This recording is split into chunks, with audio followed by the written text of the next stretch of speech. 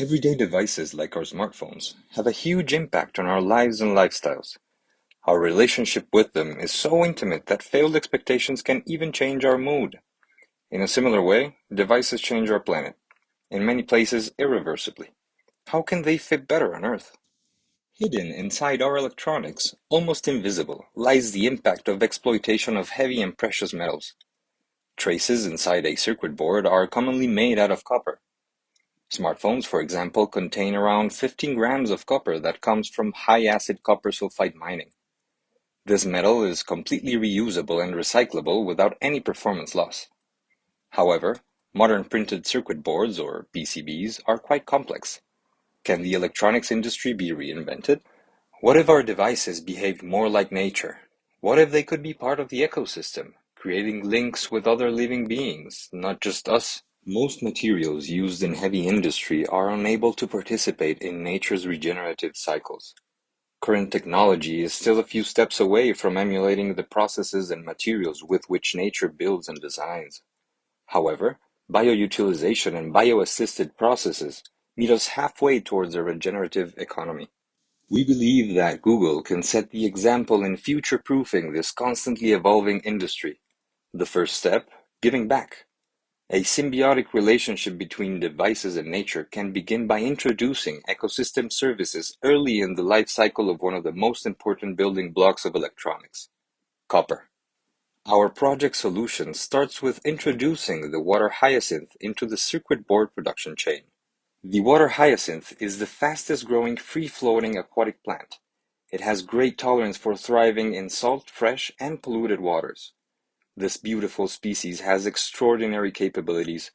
To avoid introducing toxic metals into its metabolism, the roots of this plant are able to uptake and accumulate heavy metal ions from water and sequester them as solid particles. Even when powdered, the roots exhibit similar metal absorption properties. While water hyacinths have been used for the remediation of copper and other heavy metals in polluted waters, those metals have not been reclaimed for reuse. SED Team researched and experimented with live water hyacinth to examine its capacity to absorb and accumulate copper. Plants were exposed to a 100 parts per million copper sulfate solution, and the roots were examined in a scanning electron microscope. We were able to observe copper particles of 8 to 10 micrometers segregated in the root's cross-section and in ashed root material. The plant has mined the copper ions in solution and made them solid copper particles. SED Team is working on mechanically separating these metal particles from the ashed root material. We have called this process micromining. But how much copper can we micromine? The Berkeley Pit in Butte, Montana started in 1955 as an open-pit copper mine. By 1980, almost 1.5 billion tons of materials had been removed, including 290 million tons of copper ore.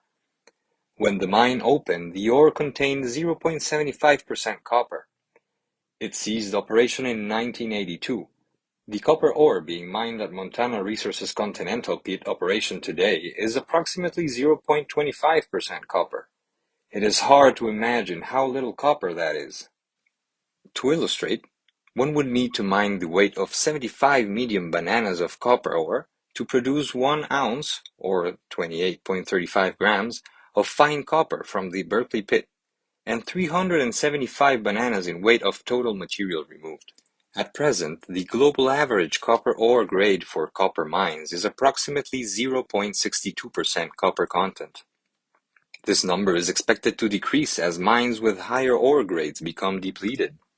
Water hyacinths can absorb 0.15% grams of copper per grams of root.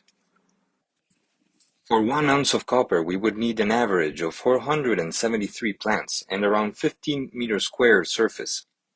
The concentration depends on conditions including pH, temperature, growth period of the plant, and other factors. EDTA, a non-toxic metal chelating agent, may be used to enhance plant uptake. The water hyacinth can be a great intimate partner of PCBs and an opportunity for Google to create environmental justice programs partnering with EPA investment share. Contaminated areas such as the Berkeley Pit could be the perfect places for micromining through bioremediation with water hyacinth. Here, the exploitation of mineral resources can be transformed into an ecosystem service, and the clean copper reclaimed to be used in Google's PCBs. This could reduce the amount of mined copper and become a highly effective and inexpensive solution to removing metals from polluted waters all over the world. The Water Hyacinth plant, which is separated from the root, is a cheap, super quick-growing source of biomass and cellulose. It could be processed by Lancetec in the carbon recycling technology fermentation process by bacteria to convert it to fuels, chemicals, and other materials. However, by creating biodegradable cellulose nanofibril paper from the plant's biomass, the water hyacinth may also have a bigger role in the last part of the life of electronics. According to researchers at the University of Wisconsin-Madison, this material can be used as a dielectric board in PCB printing and is degradable through fungal-assisted processes.